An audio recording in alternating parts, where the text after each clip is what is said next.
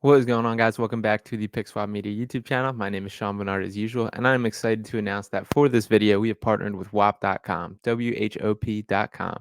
WHOP is an all-in-one marketplace for sports communities and other digital products. If you're looking to find communities on all things sports, sports capping, sports betting, and sports fandom, head to WHOP.com/sports. They're the all-in-one digital marketplace, the Amazon of the future for digital products. I'm incredibly proud and excited to be partnering, so make sure to go check that out. You can click the link in our description and our comments. Thank you to WAP for sponsoring this video, and thank you to you guys for tuning in.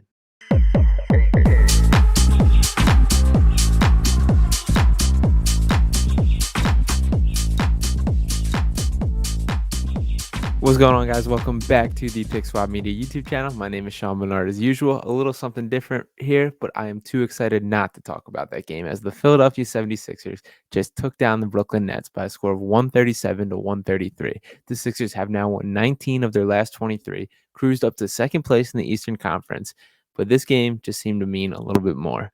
And the biggest reason for that is obviously the long-awaited matchup between Joel Embiid and Ben Simmons. And from the get-go tonight, it was clear that this meant just as much to both of those guys as it did to any of us watching. I mean, we saw right off the get-go Joel Embiid putting his head down, putting his shoulder down, attacking Simmons every chance he get, even a little too much. It was not a particularly great Joel Embiid game. He looked a little bit over the top, doing over eager to attack every time he got a mismatch in the post. And I do think the Nets did a pretty good job of defending him as a whole and the team as a whole. The Nets are no pushover, and obviously without Kevin Durant tonight, that's a big hit to their team. We still haven't got a chance to see the full display, the full clash of Brooklyn versus Philadelphia and how these teams match up when they are fully healthy. I think it is destined to happen in the playoffs. These teams are too good for that not to be the case at some point, and it just is meant to happen. When you see the theatrics, 7 technical fouls tonight, the first quarter of this game took absolutely forever. And let's dive into a couple of stats of this game as a whole here. So it was not Joel Embiid, but it was Tyrese Maxey leading the way with scores with 27 points, 6 of 9 on three-point attempts, provided that positive spark off the bench. There's been so much talk over the Tyrese Maxey. What's his role? Is he a starter? Is he off the bench? Is he that six-man type of player?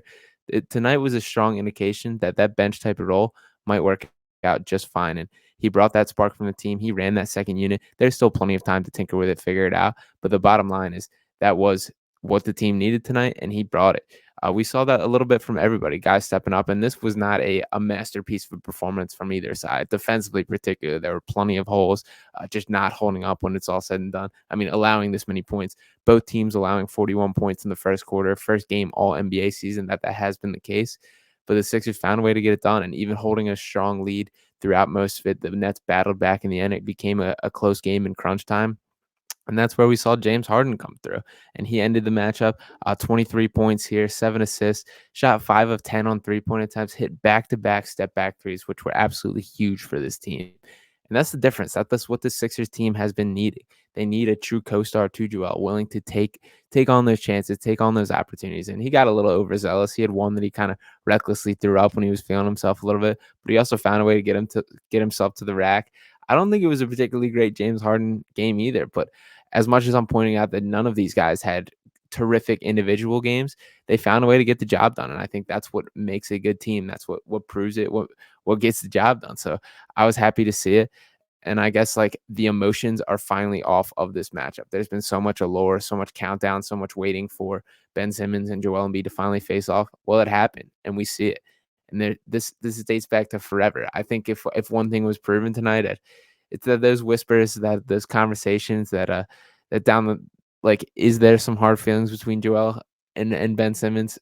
There definitely is. There's no doubt in my mind that Embiid had this matchup circled on his calendar more so than anybody. And it's proven. Like, this was a pairing that was forced to make match for several years throughout their whole time in Philly. The two pillars of the process, the two that were meant to take the Sixers organization to another level. And one of these guys delivered, and one of them didn't. And you look down the line, you look on this Nets team, you see what this current version of Ben Simmons is, and it's pretty clear why the Sixers were unable to get over that hurdle and become those true championship contenders. I mean, even with Joe Harris fouling out, even with Kevin Durant out injured, Ben Simmons is still not in the Brooklyn Nets closing lineup. The limitations that he has are so massive. And the frustrating part is you can still see it. You can still see that potential. He had 12 points in the second half tonight. That third quarter, he had a stretch where he took over, put his head down, went to work, and he looked really good. He looked like a very good basketball player. And it's almost more frustrating when you see that happen because it's so clear that he has that inside him. If there was like an ounce of that competitive drive, competitive nature to get better, to become that player, he could be an all NBA guy, an all NBA player on an every year basis. And it's been that way since he came to the league. But that's the problem with Ben Simmons is you can't build that within a guy. That has to be built within him. That has to be natural. You have to have that itch, and he just doesn't have any desire to scratch it. So that's been the frustration, and the Nets are kind of walking that dance. Nick Claxton, who's a blast to watch, one of my personal favorite players, he is significantly more important to this Brooklyn team than Ben Simmons is, and it's such a bummer to be like that's the career arc that this guy's now on. Doris Burke in the ESPN broadcast was ripping into him and kind of talking about just how sad it is to talk about this. Like we're talking about a guy who was literally on an All NBA team already in his career and is now more or less a role player, a glorified role player who plays all right defense and can't crack a closing lineup. That's so sad to see. And we're looking at it. We're going to look down this like Tyrese Maxey. James Harden made 5 3-pointers tonight. Tyrese Maxey made 6 3-pointers tonight. Ben Simmons has made 5 3-pointers in his entire NBA career. And I get it. 3-pointers aren't everything. There's plenty more to this game. But the point being that, like, you have to take those strides to get better. You have to have that desire to improve and to have that much time. That's the reason that the Sixers team cannot happen with him on the team. I'm not saying James Harden is the answer. There's plenty of chance that maybe we get there, that this team, as currently constructed, is not quite ready to take down a Boston Celtics or Milwaukee Bucks. But I am damn sure that I'm more willing to go into it with this squad ready to go to battle and these guys all having that desire, that itch to get better. This Brooklyn team is nobody to count out. This is a legit squad. This is a real deal win for this Sixers team. Both these teams are going to have to re-explore things when they are fully healthy. Like I said, I do think that they are going to match up in the playoffs. But I'm happy tonight. I'm happy for Joel Embiid to get his revenge, to get his satisfaction, to be able to prove that he has ascended to that true alpha dog status, that true top tier of the league superstar. He's out there hip thrusting his heart away. He's out there playing his heart out, talking trash, getting teched up. I mean, everything was out there on the court. There was emotions. I'm blown away he didn't get thrown out. But either way, he's proven why he has ascended to that level as a player, as a personality, as a face of the Philadelphia 76ers. And this team is following. So great win for the Sixers. They have more than turned things around since the start of the year. There's still plenty left to prove, but you can't ask for much more at this point. Things seem to be clicking, and more so than on court. Sure, there's been plenty of growth within the James Harden, Joel Embiid pick and roll. That's been the biggest point of emphasis of recent games, of seeing the growth, seeing the development there, the emergence of Tyrese Maxey, guys like DeAnthony Melton finding their role, Georges Niang, who baited Ben Simmons to a technical foul tonight, guys like Georges Niang absolutely finding their stride, proving that they're a legit positive role player in the NBA and on this team, and proving to be born for Philadelphia. Shake Milton has found a resurgence in his role. All these guys are kind of finding their spots.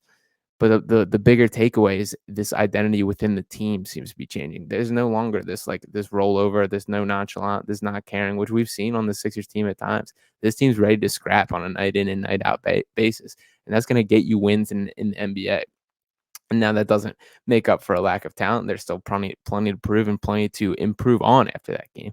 Defensively, you can't be walking in and allowing 133 and expect to be winning on an every night basis. But this is a game that they got the job done, that I'm thrilled to watch it. I think all the nerves are calmed and everybody can take a deep breath after this.